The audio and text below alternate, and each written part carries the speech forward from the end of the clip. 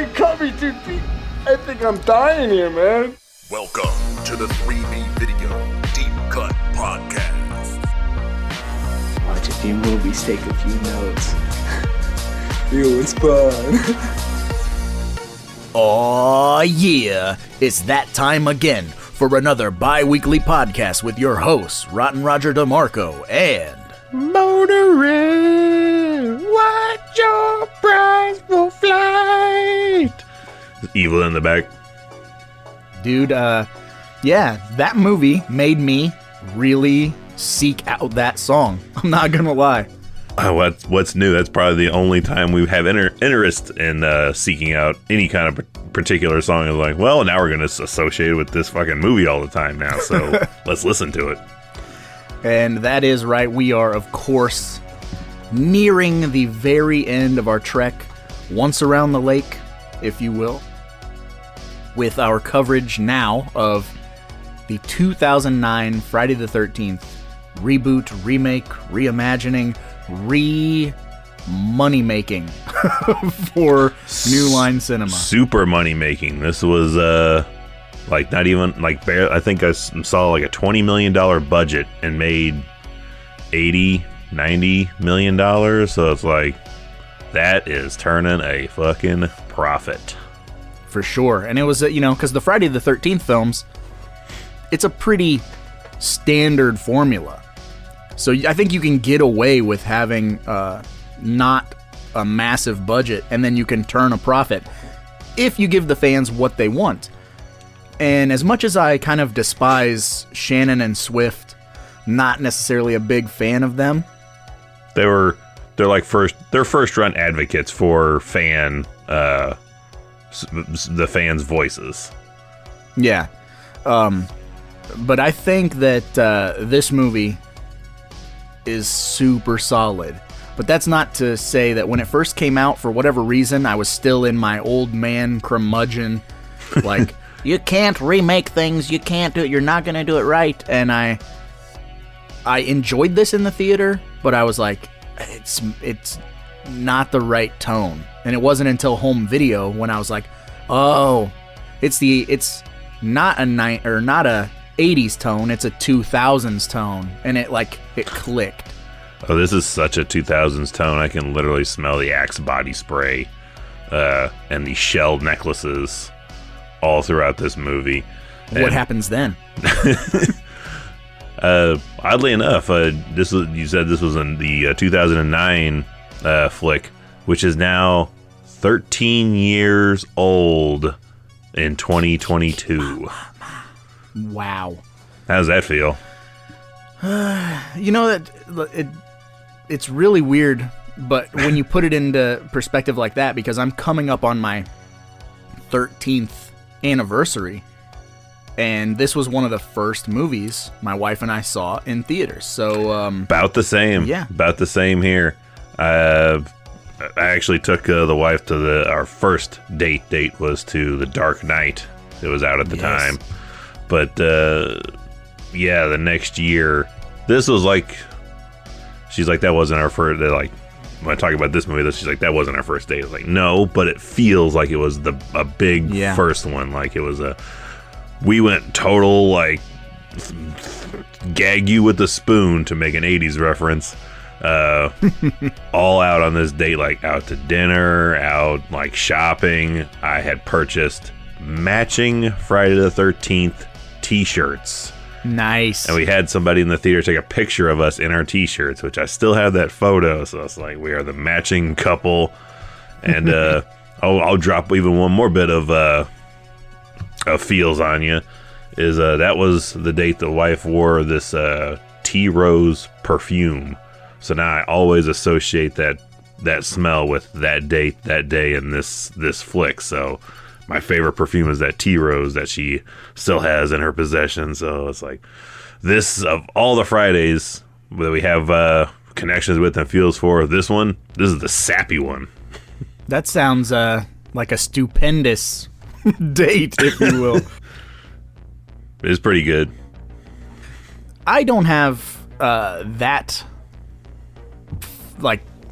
big of a memory of our date, I do remember getting a babysitter. I'm gonna out my wife. Here's some gross, actually not gross, whatever. But Too late, you can't take it back now. She doesn't listen to this, does she? Every once in a while, but now the fans are gonna know.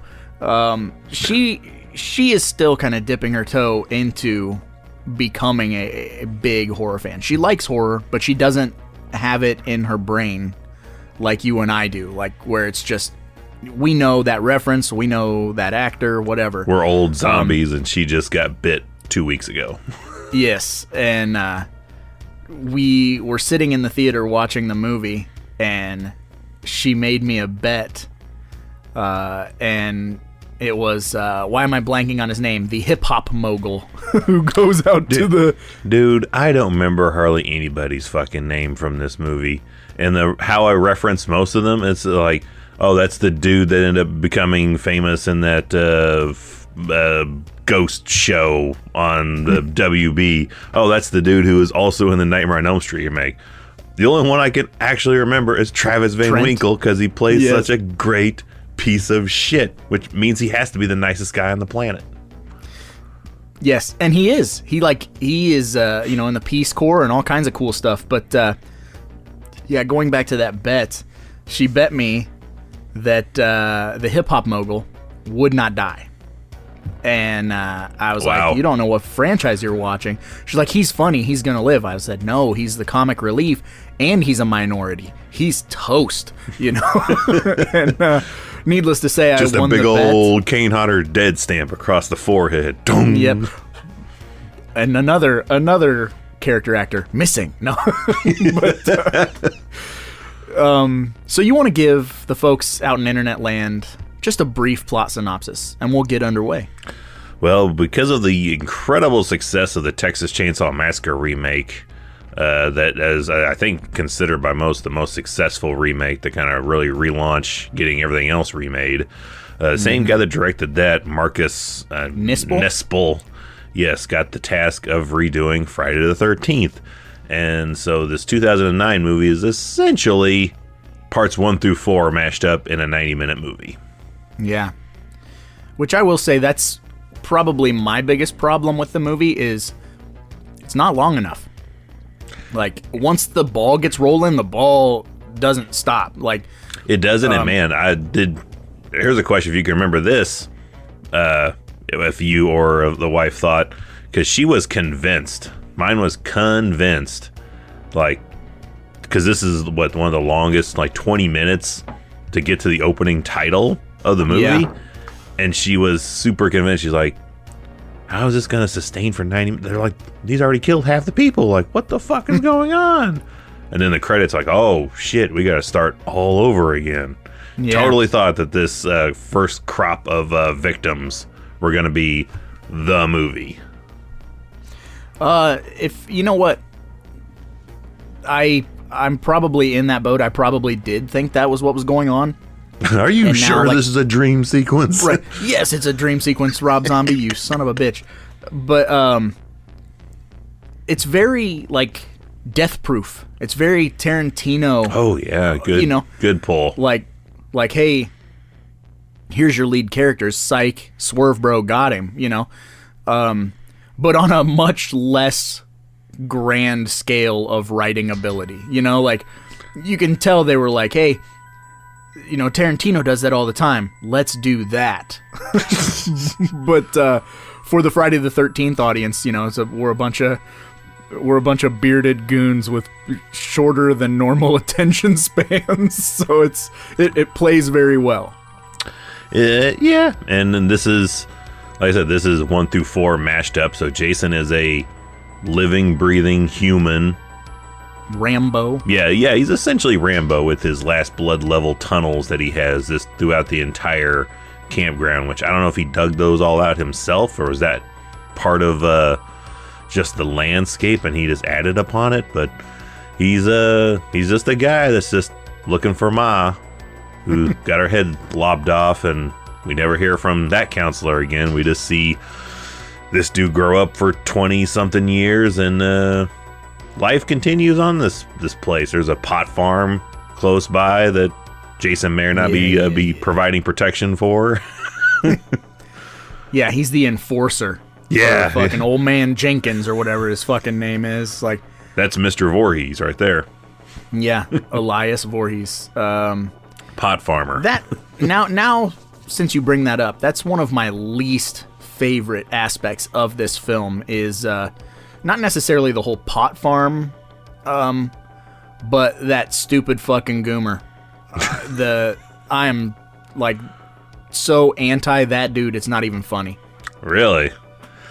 I mean, I don't know. I don't hate him, but I guess I don't look forward to him either.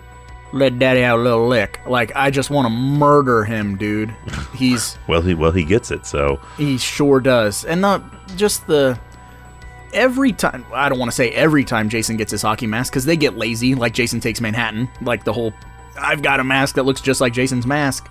But, you know, with this movie, both versions of him getting the mask, I don't like. Because there's the deleted scene where the pot farmer dude finds it and puts it on, and Jason cuts his head off, and then takes the mask off and puts it on. And then there's, well, let me just kill this pot farming dude, and then I find it under a fucking painter's blanket or whatever, and it's just a junk barn that when he's killing this guy, he grabs his sack head and pulls it off in, you know, a rush. And they did a really good job of like not showing us, but just teasing us with what Jason's face looks like. Right, through that mirror shot? Yeah, that mirror shot with that quick flash when he pulls the sack off his head, and then when he's thrown into the lake at the end of the movie. I didn't mind how he finds the mask. I'm not sure. I think I just fall into the camp of, I think the sackhead look is actually creepier in this movie than when he actually gets the mask. Yeah, well, and here's the other thing, you know, I'm not a jacket Jason guy, and he's very jacket Jason in this movie, and knee brace and all kinds of weird shit. But he also has those long flowing Fabio tufts of hair, which you and I both, yeah, we've always been in that camp of Jason with hair, not so much. Like, you want the primo example of his hair's okay is like Final Chapter. He's got like 3 strands of hair. He does not have like a fucking head of hair. Yeah. And it's always kind of bothered you and me. Yeah, so he's not really Jason. He's looking more like one of the Hills Have Eyes toughs. Which is funny because Derek Mears also plays one of them. So, and there we go. We just now get to talk. We're 10 minutes and we didn't make it to talking about Derek Mears, new Jason, and wow, what an awesome fucking dude! Didn't you provide security for that man? I did, which is hilarious because Derek Mears is like bigger than you. What is he, probably 6'7", 6'8"? Something I mean, that's like a that. big dude. Yeah, built and like a comedian / like he's done MMA fighter. Yeah, he's an MMA guy too. I was like, what a like layered individual. Mm-hmm. Yeah, he's a very funny dude. He has that improv group. Yeah, he's in an improv group, and he is truly underrated. I feel like, because people see him and they're like, oh, he's a bald, like, dude with no eyebrows that's super jacked. Like, have him carry a briefcase and like throw a punch. You know what I mean? Like, give him that role. Yeah, he has a role in the what is it? Never Stopping, the like the parody pop star movie where he's a limo driver, and I was probably the only one being like, we were like, it's Derek, he's a limo driver. Like, he's just it's a nothing scene, but he's a limo driver. He's also in MacGruber. He has like a throwaway scene where he gets killed by Val Kilmer in MacGruber. I was like, man, we need like the biggest shining thing that I can think of that he's in that we watch is his reoccurring cop character in Holliston. Yeah, you really get to see him improv with Colton Dunn, and he shines. He's just great, dude. Like, that's the beauty of most of these guys who just put on masks and fucking stomp around. they really do have some range. Like even Kane, Kane was not a formerly trained actor whatsoever, but No. he can act and he can do things. Learn by watching. I don't think he's a better actor than Derek, but I don't know. I've not seen Derek cry yet. When I see Derek cry, we'll find out.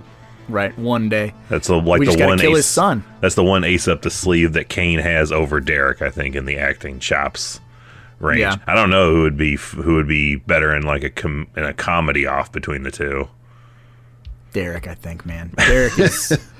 I've watched some videos on YouTube of his improv group, which I forget the name of his improv group. If you're listening, I do too. I forget. Just go on YouTube and type in Derek Mears improv, and they basically create a movie on stage for a live audience. They act it all out. They create the synopsis trailer, all the the first, second, and third act, and it's comedy gold. But moving back to Friday the 13th, and talking about how Nispel and that Texas Chainsaw Massacre getting its resurgence kind of led to this. It's a really weird mix, and I'm curious how you feel about it, because when Texas Chainsaw got remade, it's very sticky and sweaty and hot. It feels hot and gross. I feel like right? I can smell it. But at the same time, it has a very distinct visual style, almost like a music video, real clean cinematography, and we kind of get the same exact formula with Friday the 13th. It feels like a Friday the 13th movie, but through the lens of a WB executive. Hey, Jared Padalecki, Danielle Panabaker, whatever, Travis Van Winkle, put very smooth, clean TV people in these roles. Yeah, and also I saw mid 2000s, definitely 2009 thing is Padalecki is wearing one of those T-shirts. It's it was such a Dane Cook thing of that time to wear these novelty business shirts for places, and I was like, oh my gosh, that's as transportative as the shell necklace. Yeah. It definitely does reek of Axe body spray, like you said earlier. It's very I do feel though I can smell spring, the lake. I feel I don't know, they're very good at visually giving me that sense of I can feel where they're at. I can feel I'm outdoors in mild heat, but I feel I feel I'm in the woods. Right. Watching Friday the 13th. So I don't know what it is, if it's just me or what, but I feel I can definitely smell a Marcus Nispel movie. This is an outside game. Yeah, it definitely does have a very distinct look and feel. And you're right, it doesn't necessarily feel like summer, but it's got kind of a warm, woodsy just vibe tone to the whole thing, and it works really well, kind of melting it with that Texas Chainsaw 2003 tone of when Padalecki is searching for his sister, and you get the old lady, which I believe was in the Texas Chainsaw remake, people don't go missing around here. Once they go missing, they're gone for good, or whatever. Feels very Texas Chainsaw, it's right on that edge. Yeah, glasses, beat the shit screen door. That's very Texas Chainsaw esque for me. Even the little gas, the mom and pop gas station that they stop at for goods, feels that. And to even go more Rambo, we even have a local podunk cop who straight up kind of Stallone's Padalecki, and I know you're looking for your sister, but you just probably need to get on out of here. I know you're just looking for something to eat. I was trying to find my sister. Just get it on your bike. Get the fuck out of here. Get out of Crystal Lake. Get out of Malibu, deadbeat. Damn it. So, another thing I was curious about, this is an interesting set of kills that happen in this movie. How do you feel? Again, I don't know. I can't remember the dude's name, but the I can just think of his name because it's on the screen in Nightmare 2010. But Marcus Yun, the is it Dewey? Chewy. Oh yeah, because that's the joke I have with the wife. She thinks everybody's Chewy. But how do you rank Chewy's death on like the brutality scale? Like, there's a couple of kills that are super memorable, and that's actually one that's kind of uncomfortable to watch. Yeah, I was actually going to bring that up. That was one of the things I wanted to talk about was for a Friday the 13th movie, a lot of these kills are super average or below average, but that one stands out because that one really feels like the Jason they were trying to get across, you know? Like, yeah, I just got a hold of you, you're shaking, you know what I mean? Like, you're attempting to fend this off, but there's no stopping it. No, it's just a slow motion flathead screwdriver. Right up under your fucking jawline, all the way up into your brain. It's really good. And then, you know, there's a couple other that are fun, but they don't have that anger that you can tell Derek Mears is trying to, you know, portray on screen. So like the arrow to the guy's head when he's driving the boat. Woo! That's just funny to me. That one's fun. Admit that one. That's the kill. Like, you're not sure if you just saw it or if you just made that shit up in your mind. Like, man, I could really use an arrow through that guy's head right now, trying to do his fucking Matthew McConaughey haircut bullshit. And Yep. like, oh, did I do that shit with my mind, or is that part of the movie?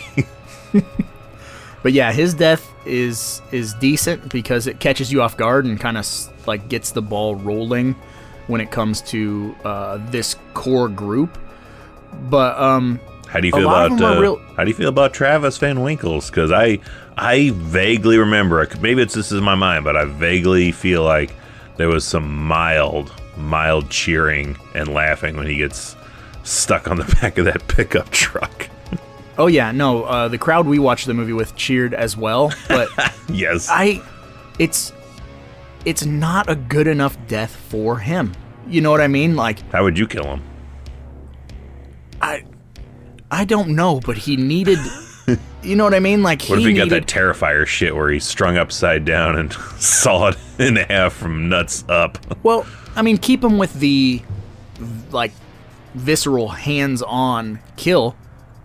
What if when he drops the gun and he's fucking on his hands and knees trying to find that gun in that puddle, Jason were to like drown him, grind his face into the mud, and just put his foot on the back of his head. Yeah, very Victor Crowley Hatchet 3, like, but not go Victor Crowley level of cartoon, like yanking the arms off and that whole, you know what I mean? But like, how about it felt like it needed to be like more personal, like, you know, you almost want the audience to go, Jesus Christ, let him breathe. You know what I mean? Like, you want something like that. Like, what if when he's down like that, he's trying to find shit, like Jason just rolls up Randy Orton style and just punts the side of his face and like really dislocates his jaw, like sends it completely to the side of his face, and he's kind of like choking on blood and shit, and he flips over, and then you just have Jason step on his throat and just crush it.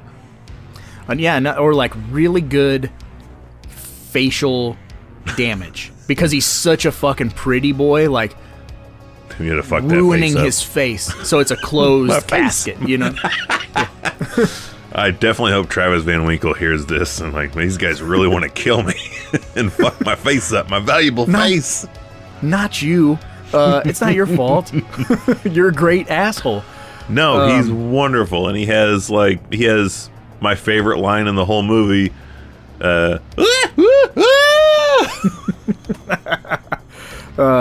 Dash Travis Van Winkle in parentheses.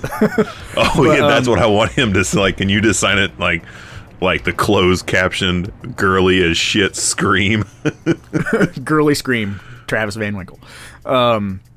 So yeah, another thing that I want to talk about, which seems to be like the hot button debate when it comes to this movie. I'm curious. What is it? I'm curious. Like, people who really like this movie or dislike this movie, the conversation always seems to come back to one thing, and that is Jason keeping a hostage. Oh, yeah. That is the hot button debate for sure when it comes to this movie. It is in this house. How do I feel? Yeah, how do I feel about it personally? I fucking can't stand it. Oh. I don't like it at all. You and the wife share the same opinion then. But with that being said, this is a new Jason. This is a different Jason. This is a Jason that explains how he has the shift ability. Yeah, so certain things you just, you start to accept as a part of the new Jason character.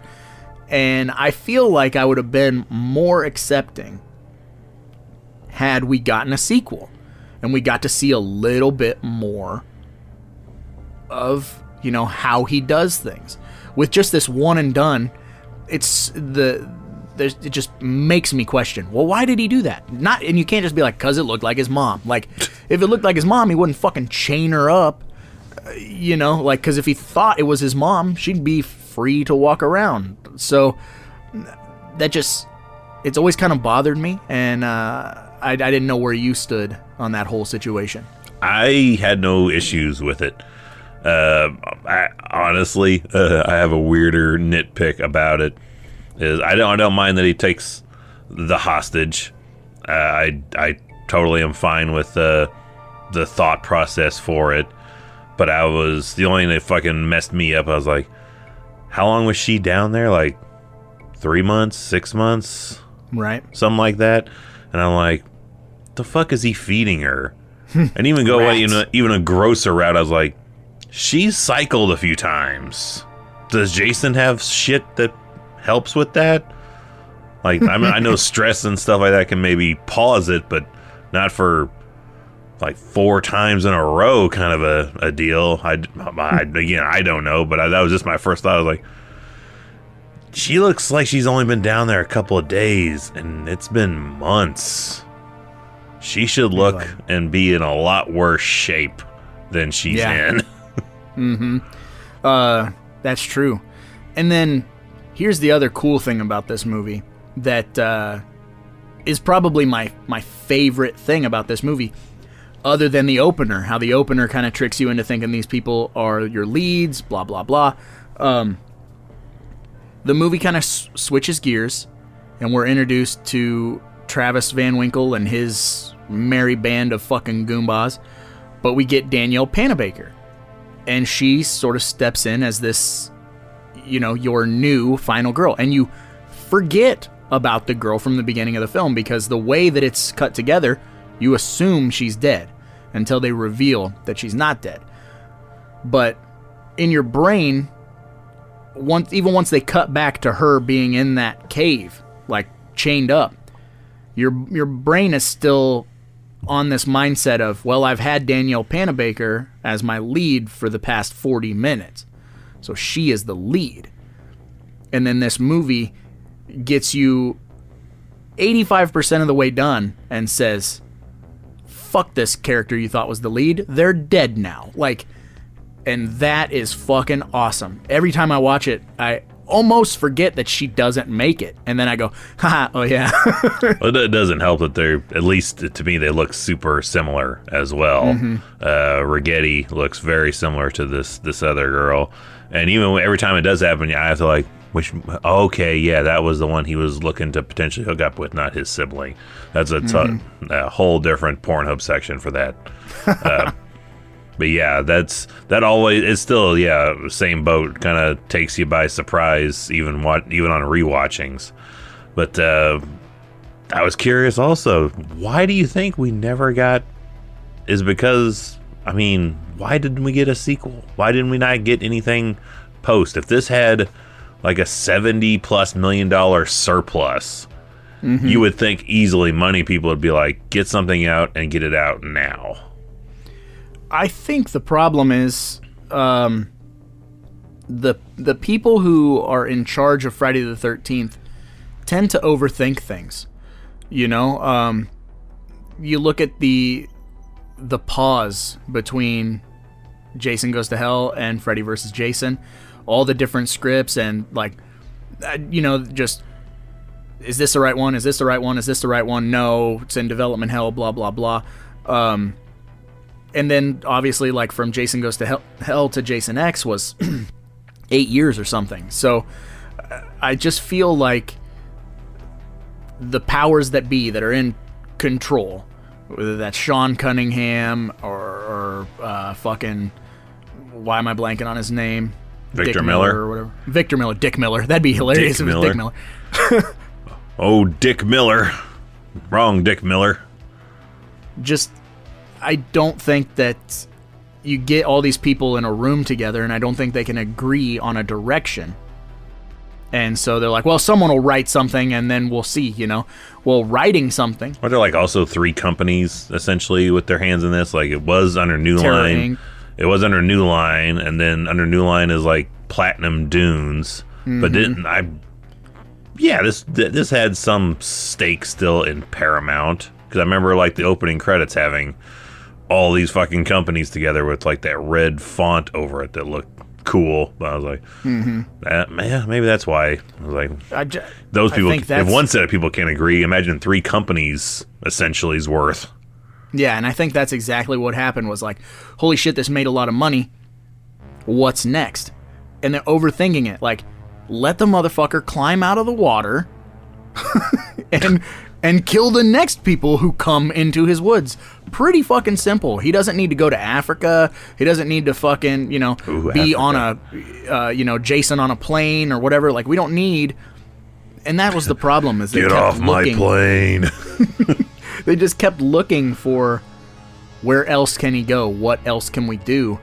And they missed so many opportunities to create more. If we'd still be watching Friday the 13th movies if they came out every single year like they did in the 80s. Like they were the Saw of the 80s. Yeah, and I mean now we have The Conjuring essentially. I mean basically that's what The Conjuring is. Like it's kind of the same movie, but they just like, okay, well now it's in England. Now it's in the States. Now it's in, it's in the country.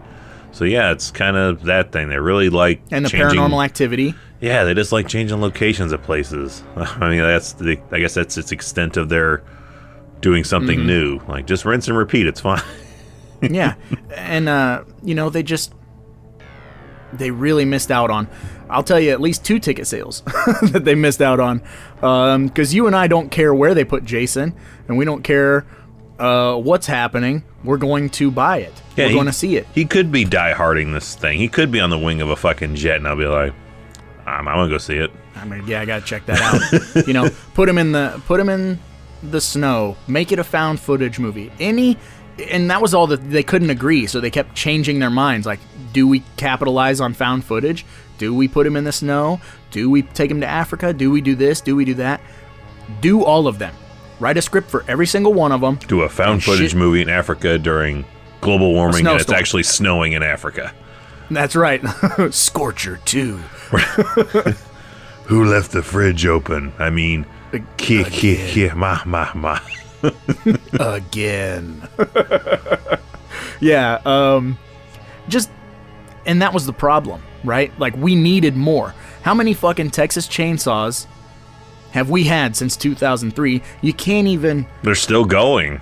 I know. We have a new one on the way. And a game, and that's totally fine. But as a Jason fan, and even as a Freddy fan, we got to be sitting on our hands going, oh, hum. You know what I mean? Like, when is our turn? We got a new Scream coming out. We got when's gonna be my time? new Leatherface, new Scream. New Hellraiser with a female lead Cenobite or whatever. I've not followed any of that, so I'm totally in the dark on a new Hellraiser. But there's all that stuff going on, and here we are. We just want Elm Street, and we want Jason, and we can't have it. So I don't know the excuse. I know the excuse now is they're still in rights issues, still trying to get all that fucking hoopla mess solved with Friday the 13th. I have no reason or no idea what the reason is why Elm Street is still dragging its fucking feet and getting anything out there. What's its excuse? I don't have anything. Even like the Wes Craven estate, I think is a non-issue in doing new cinema. So what's the holdup? I think they're scared because they were slashers are in, man. Halloween is fucking on fire. That's true, but when they let Jackie Earle Haley step in on the role, there are people like you and me who, I'm not a massive fan of that movie, but I grew to accept his portrayal as Freddy. But a lot of horror fans are just like, no, that's not Freddy. And Robert Englund is too old and definitely just doesn't want to do it. And they don't have pockets deep enough to do it. So the question, starts creeping in those boardrooms of, well, who do we cast? And are we going to lose our ass because Freddy fans are so gung-ho Robert Englund that the backlash from that first Platinum Dunes Elm Street thing, I think it's just got them scared. It's got them jaded. And all I think I want them to take the risk. All I think you have to do is you set a budget super fucking minimal, give it like $10 million, maybe 15 at most for the entire budget. Very practical style effects, and you hire somebody that nobody knows really for Freddy. Yeah, and that is where I was going. I was like, you hire that fellow we know, Paul Bailey, because he has a Freddy, a classic Robert Englund Freddy look, but he has enough of himself in there to where he can, over time, kind of morph it into being his Freddy. So you start out accepting it because it looks pretty much like Robert to a degree, and a lot of the mannerisms and stuff. So you're accepting it on face value, but then you're in his hands, and you can kind of shape and mold how it's going to go from there. So then it becomes that. Well, and here's the other thing too. I don't know if you would be completely opposed to this, but let's say they cast Paul Bailey and he does all the physical Krueger stuff. But we get Robert Englund in the sound stage, and we have Robert Englund and Paul Bailey record ADR lines of dialogue for Freddy together, to where we have Paul Bailey's voice, but we have a hint of Robert Englund in that voice, and then eventually we just don't use Robert Englund. Yeah, so it's, your brain goes, that's my Freddy, and then as he starts being more dark, because that's the thing about Paul Bailey's Krueger is, boy, is he scary. And Krueger hasn't been scary in a hot minute. He hasn't been scary since 1987. So you're not even scary. Sorry. So wrong movie. Yeah, my first impulse is to not want that. I'd be like, just don't even do anything, Robert. Completely walk away from that and start fresh. But now that I'm thinking more in a minute or two about it, I'm like, yeah, that probably would be a good way to kind of ease more people into the acceptance of change. But going back to Friday the 13th, something that is not something that's a change, but something that is a welcomed return. Holy bejesus, do we got some sweet, sweet nudity in this movie. There is a plethora of nudity in this film. Oh, is there? And it is nice. Opening sequence nudity, naked water skiing, and Willa Ford. I only remember her because she was praised at the time of being the female Eminem, and then I never heard from her again. The water skier? Yeah. Let me bring this up too, which is a crazy thing. Remix and I, who Remix hasn't been on the podcast for a hot minute because he doesn't get up early enough, but our tech man Remix and I, our tech guy Remix. Sorry, I am Remix. We were watching the very first season of Ultimate Fighter because I started him at the beginning and I wanted him to kind of watch all of these seasons where these fighters were being introduced and whatnot. First season of Ultimate Fighter, they have a female host, and I'm staring at this girl and I go, I know her. I know this person. And I didn't pull up IMDb or anything. Remix is off to the side. He pulls up IMDb and he goes, you do know her. Think about it. And I'm staring at this TV, and then she came on and she did something where she put her arms up. And she was in like a, girly tap-out shirt or something, and I went, that's the naked water ski girl from Friday the 13th. And it just clicked, and he was like, holy shit, you're right. And I'm like, yep, I never forget a face. Yeah, or a set of breasts that have to be shown post-death, which that's always, I remember that being a chuckle too, like when she gets the machete through the scalp, she gets pulled up and her head bangs the deck, and you get to see their breasts one more boobs, time. They jiggle. They do a boing. little jiggle. You see that, and then man, I couldn't even tell you. It's probably in the hundreds of times the like celebrity NSFW subreddit posts. The other gal, what's her name, like Juliana Guh or whatever her name is, that plays Bree or whatever. Yeah, the one that hooks up with Van Winkle. By God, that scene has been reposted and posted on Reddit 1.5 million times. Mm-hmm. And I always upvote it because it's wonderful. You and I we've talked about that scene probably like 3 or 4 times just in covering the Friday the 13th franchise over this half of a year. It's stupendous. It is stupendous. It is as gratuitous as it gets. It's so gratuitous. It feels like where I was talking about earlier, how Shannon and Swift and Marcus Nispel kind of missed the mark on some of the things they were doing, like as far as making Jason more visceral, and then they kind of back off. It feels like they knew exactly where they were going with this sex scene, like, straight like grindhouse exploitation sex scene. This is like I Spit on Your Grave, but if you got off on I Spit on Your Grave, like this is like just sex and sex and sex, like it just never stops. It cuts away to outside and you think it's gonna stop, and then it comes back. Like yeah, you get people on the outside of the door like, hey, we got a problem out here, and we going, fuck off. My favorite is Danielle Panabaker. She goes, there's a guy out here, like I'm like, what does that mean? He's calling dibs on a spit roast. I don't know what that means. Oh, yeah, but that sex scene is definitely the most egregious of all sex scenes across the board in Friday the 13th. I mean, it's right there with Jason Goes to Hell. Like that, those two have to be like the most X-rated of the series. Now, the whole time I'm like, why couldn't we just get that from part 5? Now, I bet if we got that uncut footage, we'd see some business. That's in Danny Steinman's estate that his family has. Like, here's the uncut version of Friday the 13th. It's literally just the sex scene with Debbie Suvor. He's stretched over 90 minutes. Enjoy. Right, it's like 2 reels. Just worn out reels. It's like, oh boy. Smells like cigarette smoke and fish.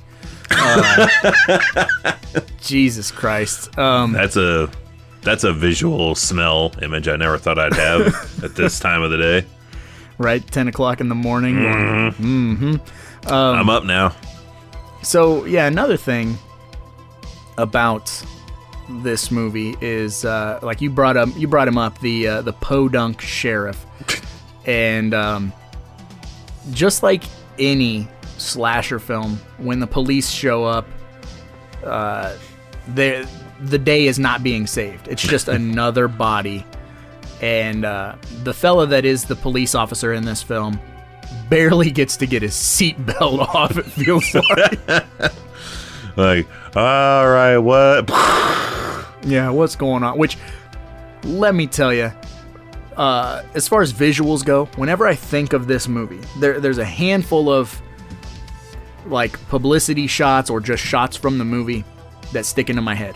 One of them is when he is throwing the axe. Yeah. That's like, you think about that. The other one, which is so fucking cool, is him up on the roof of this house. Oh, yeah, looking down. And Like, it's how the like, fuck do you get up there? right? Well, he's fucking 9 feet tall. He probably just lifted his leg.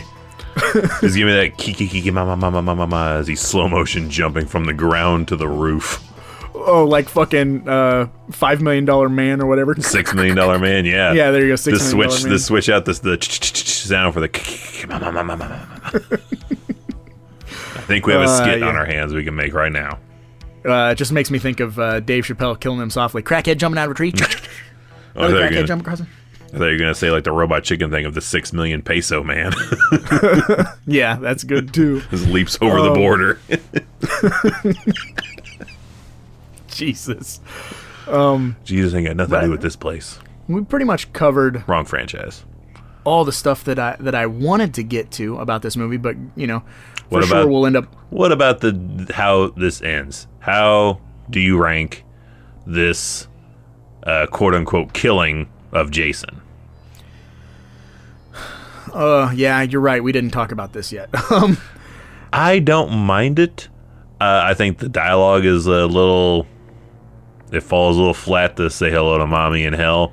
Yeah, But it's just- I do really, for whatever reason, my sadistic mind, I really like the sound and look design when Jason's noggin's just clunk, clunk, clunk, clunk, clunk, clunk, clunk.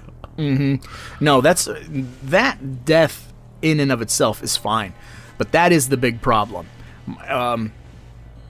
These weird, like, gotta get the final word in things. Like, I hated in Freddy vs. Jason. I hate that, like, welcome to my nightmare, bitch, or whatever, or my world, bitch, Welcome or to whatever my she world, says. bitch. It's the echo of that is what's going on here. Exactly, and it feels like it's two takes cut together, like, Jason, say hi to mommy, and then there's like a pause, and then in hell. Like, I don't know what it is about it, but yeah, like you said, it falls flat. The delivery of that falls flat. It's not like punchy. It's not like you know, it doesn't have like a Wah, wah. joke. Yeah, it doesn't have your joke factor to it or anything. And I'm not necessarily a fan of like a joke factor final line of dialogue anyway. That's but, a line that should be really spoken ironically in 2009. And what makes it work in the 80s is how unironic it is. But it should be super ironic now how it comes off. And they're trying to play it like it's still 1986. Right. You know, like Jared Padalecki would like lean in and be like, you know, I got half a mind to throw you in the lake, or you know what I mean? Some dumb, because he's got half his brain grinded off, or something. You know, some dumb shit. Padalecki, I feel, should die in this too. He should have the sacrificial death. Yeah, and they really bait and switch you on that too, because you feel like he's gonna get toasted. Because he's getting fucked up on top of that bus, and then you know, he gets the Paul treatment. Like he gets to come back for no reason. Although we are both firmly in the camp that Paul is toast, I think. Oh yeah, Paul's toast, and so are these two. This smash cuts that they kill Jason. They, for whatever reason, drag his 7-foot ass out to the lake to throw him in it for I don't know why. That's And where he has to return. Didn't you watch Jason Lives? that's not what this. That's not the timeline. We're having Halloween issues here again.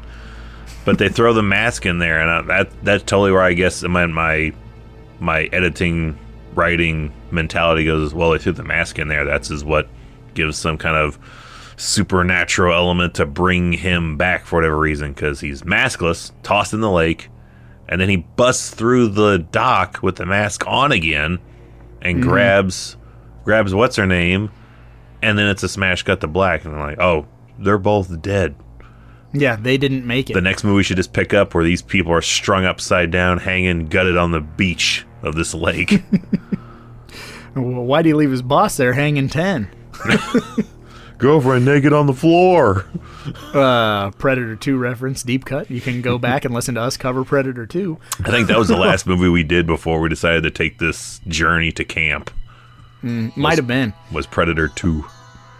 And before, we really started hammering down our format at some point.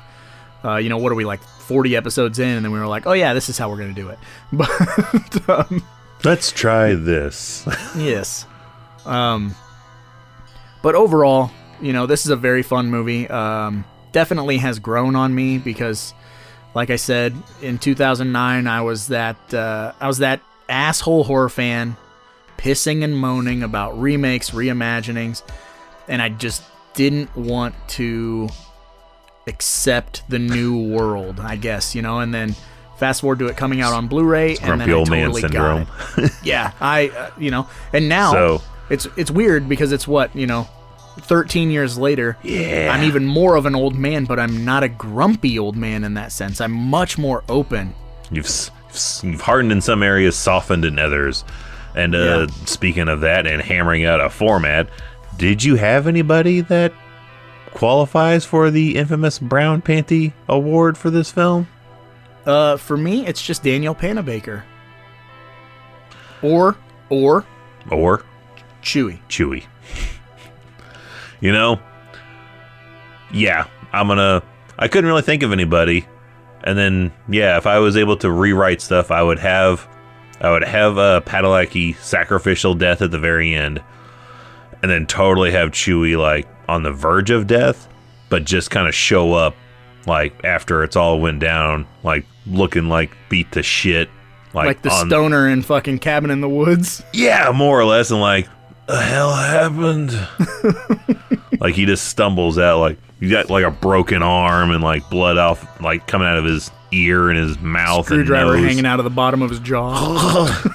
Yeah, he's like an episode of ER, like, go ahead, ask me if it hurts. It doesn't hurt. It's rock. Because I was smoking that Panama Red and took those pills or whatever. Yeah, he's like all fucked up. It kept my heart rate low, so I didn't lose a lot of blood because I'm so relaxed. The fucking screwdriver's like hanging out of his eye too, like it's just all fucked up. It's sticking out of his right nostril. It's like yes, it's trying to twist it and pull it out. It's like a Band-Aid, okay? I'm just gonna hold it and you pull it. One. Oh no, never mind. Let's just wait for it. You guys think we're making that up, but if you go and watch the 2009 Friday the 13th and wait till after the credits, you see that Chewie did not die. He's still just gargling on shit in the shed, like. I wouldn't lie to you. Go check now. I need my bong. Go. Can you ask his black friend to bring me the bong he loaded for the trip? Oh. Let me tell you, though, before we move on to those next segments, it is a damn shame that we lose Chewie, because Chewie is comic relief, but he has some of the most believable, like, 20-somethings lines of dialogue. When he's in the fucking garage, like, you have never touched any of this shit. Like, he just... of all the people who are kind of forgettable, he does have some X factor that makes you remember him. Even in you literally see him on a computer screen in the Elm Street remake, but he has something there too. He's just, I don't know what, also sweet deal to get in both franchises. Mm-hmm. That's super cool. But he just has some X factor. You're like, what you want to see, you just, he sticks in your head. Yeah, for sure. Much like the screwdriver stuck in his, but I'm okay though. I'm gonna be back in the secret. And it's gonna be good. It's a Phillips head screwdriver, so it's twisted and pull it out. It's a bit for a 6100 power hand drill. It's all good. But I suppose now that we're done discussing Friday the 13th, 2009, it's time to move on to the next segment, Evil. So which one is that? Well, if we've grown to enjoy this film, we got to transport back to 2009, back to Grumpy Roger, and try to channel some of that anger and hostility towards this remake, and hear from folks who had to get on the Zon and tell us how much they hated it with the Amazon Uno-star reviews.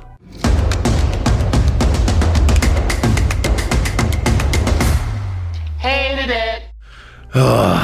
We got a few, surprisingly, for this one. So we'll start off nice and light here with S.G. Peterson. On June 27th, 2014, he says, 1 star, a review not for the films, but for this unholy mess. Amazon, you need to get control of this damnable mess of reviews. Every review for Friday the 13th ever put to any format is under the same title, and it's a mishmash of the 1980 version and the 09 remake, in quotes. I'm interested in know about the quality of the new Blu-ray transfer and the extras, if any, therein, but only for the Blu-ray. It is near impossible to sift through this mess and others of the like with all the remakes these days. Please, for the sake of everyone's sanity, can we get some sort of better organization going on with these reviews? This dude's just fucking 1-star reviewing Amazon. Yeah, like You guys suck. He's not reviewing the film. He's reviewing the quality of the reviews of the film. And 2 people found this helpful. Yeah, because you know what? It is a fucking giant mess. I'll tell you, there was what was I looking up the other day? I was looking up because Arrow? No. Some company put out all the Dolomite movies. So I wanted to buy the original Dolomite on Blu-ray, and I was looking at the reviews. Was that Vinegar Syndrome? The Vinegar Syndrome? Might have been, yeah, it might have been Vinegar Syndrome. And it's got like a cool box. You can get a box with it. Yeah. But basically all the reviews are like, this DVD is edited. The gut removal isn't there. The sex scene isn't there. Blah blah blah. Like these this is happy-go-lucky edited motherfuckers. Mm-hmm. So there's a bunch of wrong reviews for wrong editions on just if you just are looking at Dolomite, you get a review for every Dolomite, and I'm like, I need Blu-ray specifics. You know, I like Dolomite. I have no issues with Dolomite. But if I had my choice, I'd really rather own the My Name or His Name Was Dolomite that Eddie Murphy made. That is a phenomenal movie, and it's a crime that it's not in any kind of physical format to purchase anywhere, because it is so good. Allow me to make a plug then real quick, because I'm not one for bootlegs. I really am anti-bootleg, and there are certain... We only permit it if we have literally no alternative out there. There's a fella on Facebook, and you can look him up. His name is Roy Dam, and he puts out these crazy editions of things. Like he did the Mr. Sandman cut of Halloween, where he cut together Halloween 1 and 2 and put in all the TV scenes. Or he'll cut together Kill Bill 1 and 2 and make it one movie. Nice. Etc. It does all these things. But when it comes to Netflix originals and whatnot, he will release Blu-rays, and he did release a Blu-ray of My Name is Dolomite, and I ordered it. So I am currently waiting for that to arrive. Is it a licensed, legit release? No. But do we have any other choice? No. Would we take a legitimate choice? Absolutely. Yes. Every single day. Because I want special features, but I want it on a disc format in case my internet goes down or Netflix loses the rights or whatever. I want to be able to watch it. Netflix just decides they don't want us to have it no more. That's not what we're about. We are in control of what we want to watch, and that is a damn fine, inspirational fucking movie. Damn, that's a good movie. But going back to a movie people didn't like, go to Matthew Reddington on April 29, 2013. He says 1 star, Friday the 13th, Part 1000. In space. Wrong movie, sorry. Hondo's review of Rocky 5,000. The characters in Simpsons this... reference, deep cut. Actually, I went Spaceballs there. Oh, okay. The characters in this movie were boring and total cliche. I couldn't find any reason to care for any one of them. It wasn't scary at all.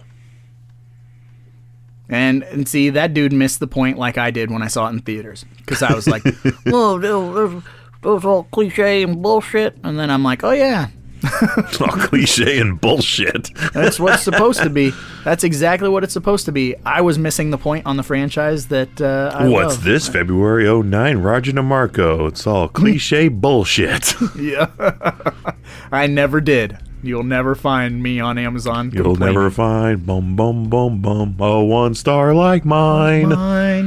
All about the Benjamins reference. You'll never get that anywhere else. No. We will string together some shit that does not need to be strung together. So, I'm curious what you thought of where in the point this is. This is from Chris Garvon on November 1st, 2017. He says, 1 star, awful, never made it past 50% of the movie. 50%. Okay, so if it was a VHS tape and it was dead in the center. Where did he say, I quit? I feel... Water skiing. Really? Water skiing? I was going to say, like, I either want to say the stretch, gas station or when they're playing beer pong. Could be beer pong. Suck or blow and suck or whatever the fuck. Shoot the boot. Shoot the boot. He saw Chewie drinking out of his fucking sneaker, and he's like, no. Pussies of the world. All right, next up we have Trip Mullinax on October 28th, 2020. 1 star. It was okay. A man after my own heart. This one I want more from this, just off their username. This is from God's Chosen. Oh, I feel like we've come across this.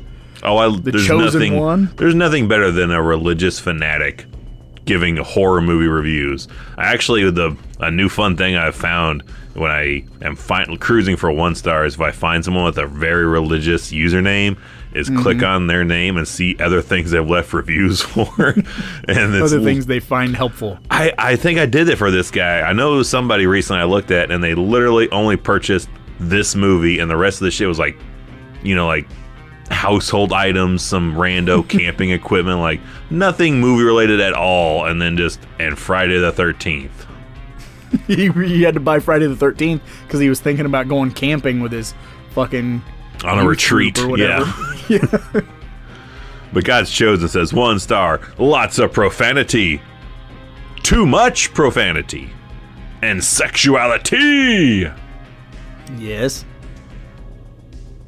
Maybe he doesn't realize that's not a 1 star rating. That's a glowing review rating. Yeah, many people have found this helpful. Actually, no one did on that one. So I should have clicked finding that very helpful. You should have. I can't believe you did that. I'll have to go back and find God's Chosen again. So next up on October 6, 2020, this is from Matthew Gimble. All right. Gimble! He keeps it steady. 1 star, pure garbage, not in a campy way. If you saw this earlier in life, I can understand the nostalgia factor. But as a 33-year-old man watching this movie for the first time in 2020, it is undoubtedly one of the worst horror movies ever made. 100% pure garbage from start to finish. There's literally no single piece of positive feedback I can give. Whoa. Dude, think about that. This movie is coming up on being 13 years old, so there is a nostalgia factor for it. What the fuck? Like, yeah, someone born when this came out is now a teenager. Yeah. My son is almost a teenager. Yeah. Your daughter, almost a teenager. Like, I'm not going to think about that. I'm going to move on to KCM 6868 on December 12th, 2019. 1 star, what a waste. Don't get me wrong, I love this movie. However, I can't see spending any money to rent or buy this version. There's nothing really good or special about this version. I am thoroughly disappointed. Maybe she got a rated copy or something. I don't know. Disappointed because you have to pay for it? That's the gist of this one? Like, just like pissed that she had to pay for this version. Maybe she was wanting the unrated version. The killer cut. Yeah, the killer cut. Maybe she was You know, wanting to be that. honest, Evil, I've never asked you about this, but do you own an R-rated cut of this movie? I do not. I literally I think, we just have the Blu-rays, right? We have the Blu-rays, but I bought the DVD when it came out, but it was the killer cut. And it had a big space on the bottom of the DVD cover where Derek Mears had signed it. So I have the killer cut on DVD, and whatever I'm guessing is that also on the Blu-ray. I've never seen the rated R cut except I guess in the theater, and nothing really sticks out different to me. I don't know what is different. I was going to say, next time I visit, we should go to Vintage Stock, see if we can find an R-rated cut of this on DVD, and just buy it. I mean, what's, $10 at most? And then we should watch an R-rated cut. I feel like there's probably... I want to put money on that the R-rated cut is possibly on that, 3-pack that we talked about previously. It has this, Freddy vs. Jason... And Jason Goes to Hell or whatever? Yeah. I feel like that might be our best shot at finding a rated copy of this. I want to know the difference now. I'm sure I could just Google it and be like, oh, this is cut. But I don't want to do that. I want to watch it and see. What's the deal with Friday the 13th killer cuts? Yeah, what is the deal? What has been cut, and is it part of the killer? All right, so to wrap up the Amazon 1-star reviews, we had to go with Julie Stanton here on November 1st, 2019. She says 1 star, glorified porno. Oh. This is nothing but a glorified porno. My teens have watched a few other rated R movies with us, like the 2 newer It movies. So when they really wanted to see this while carving pumpkins at Halloween because Jared Padalecki is in it, I agreed to rent it. Thank goodness I watched 2, or I wouldn't have known what a piece of trash this movie is. The little bit we watched was constant unnecessary F-words and graphic sex. Yeah. I'm aware so they didn't even get through the title sequence. I'm just picturing fuck. Fuck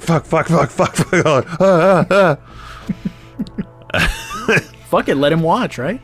I'm aware that an R-rated film will have... I lost my space.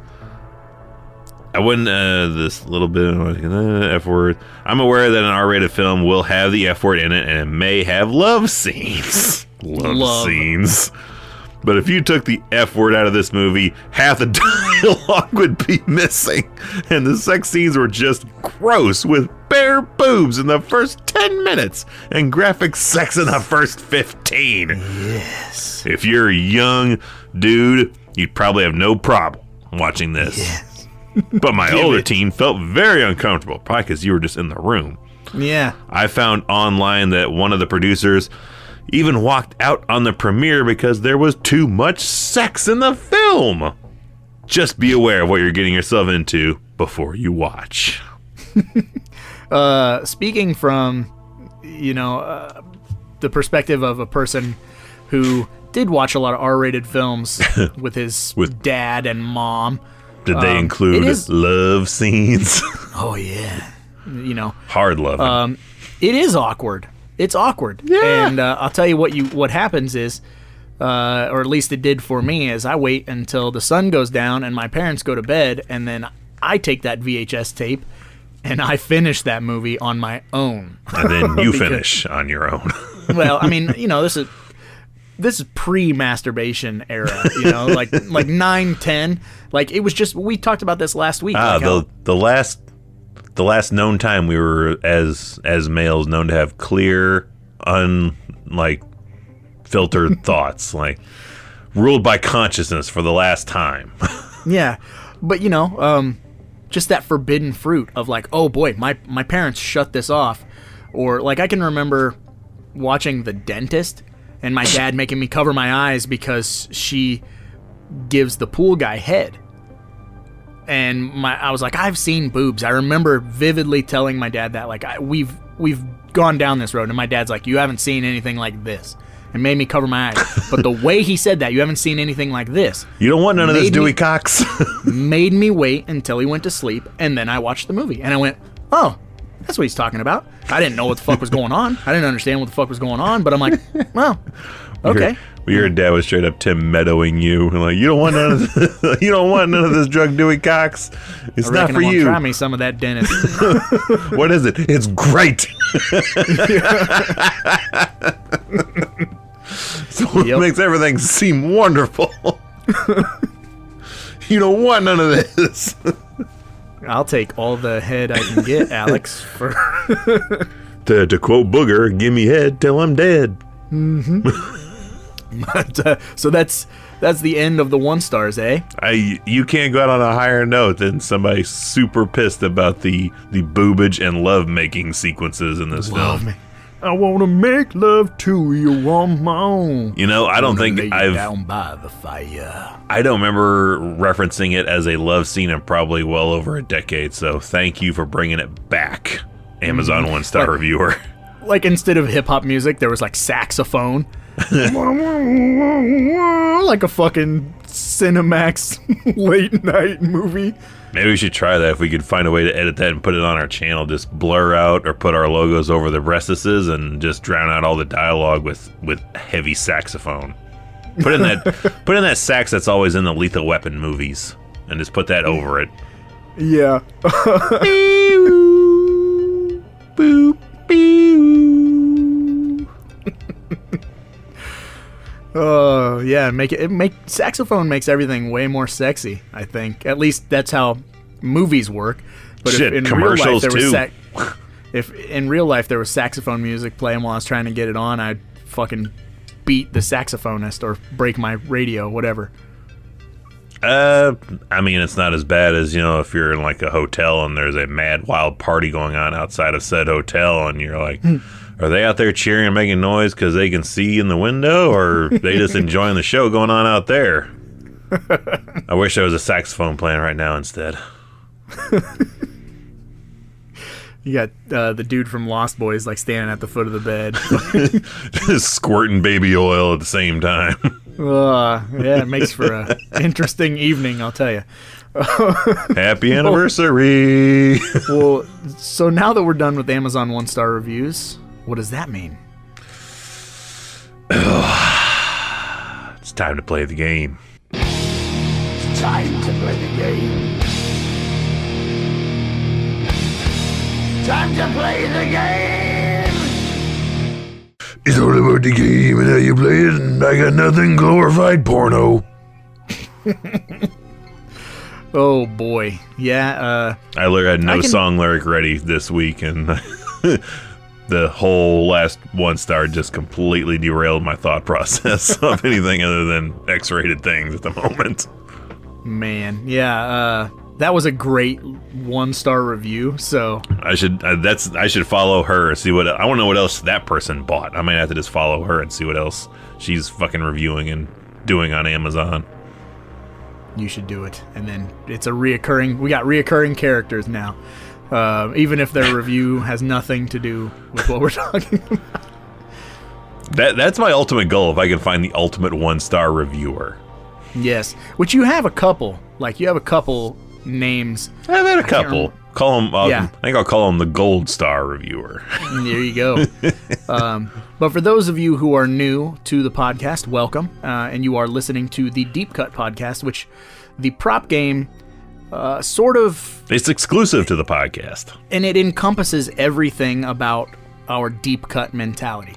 And that deep cut mentality is something that not a lot of people know about. That is a deep cut, or a reference, a quote, whatever, that is not something that everybody says is a deep cut. So, and we're avid collectors, so we're combining those things. So yes, what's something that's a deep cut prop? If you're able to take one of these props home and keep on your own personal collection, what would you take?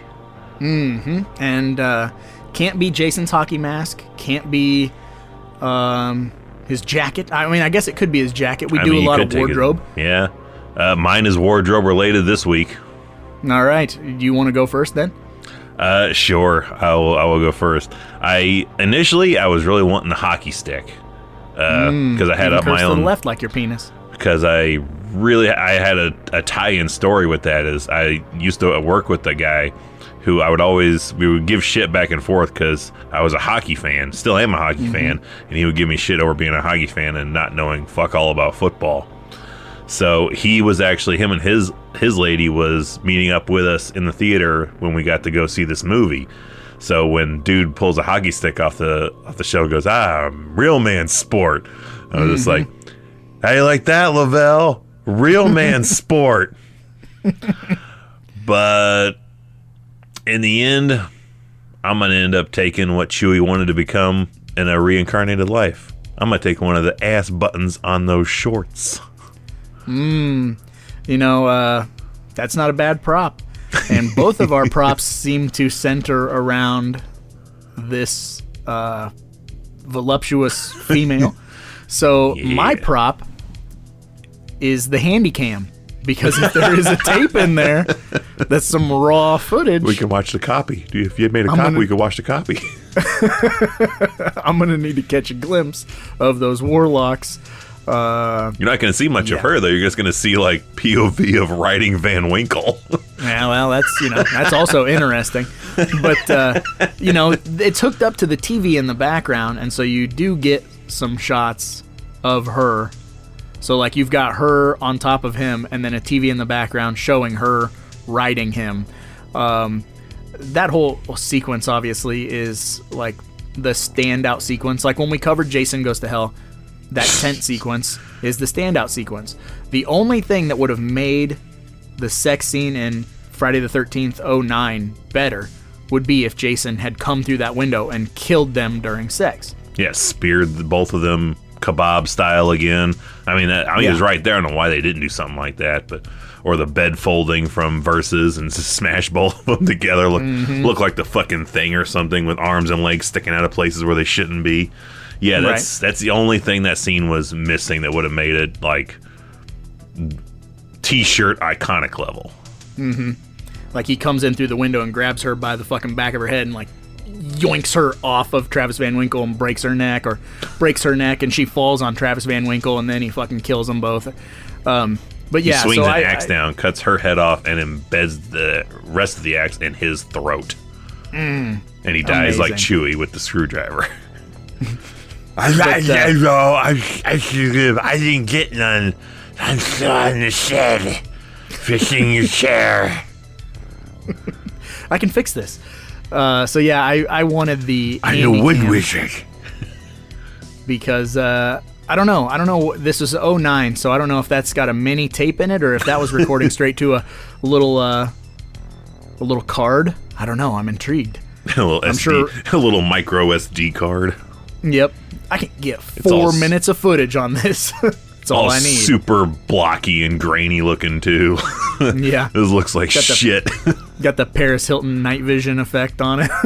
It'd probably look better than that because it's well lit, but I feel like it'd be like the motion of what's happening would make everything like super blocky and blurry.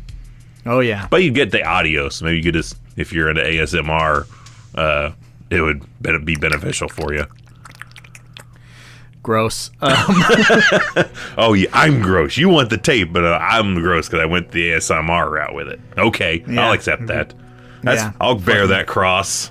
We hear Travis Van Winkle's juices sticking to thighs. Yeah. I'm good. Call me God's chosen now.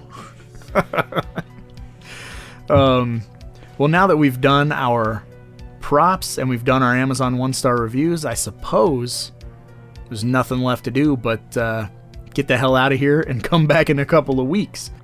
As we wrap up officially, as of this point in time, we have no other movies to discuss. But we can't end this franchise without one last installment, the last gasp of the Friday the 13th franchise, something that it would just engulfed our lives for a good 2+ years, and more or less led us to becoming part of the Slash and Cast podcast network. We're gonna take one more Friday the 13th journey and talk about the game next week. Not the game we just played, but the official Friday the 13th, the game. So be prepared to listen to us gush for an hour about our love in appreciation for the Friday the 13th game and all the people and friends that we have met and become personal acquaintances with because of this game. It's going to be a good send-off to the franchise, and then we'll move on to another franchise. We're looking at you, Mangler series. Yeah, I can't wait to cover all the Manglers. Yeah. But on that note, I suppose we should probably get going, because after all, there's a lot of movies out there, and somebody's got to watch them. So why not us, right?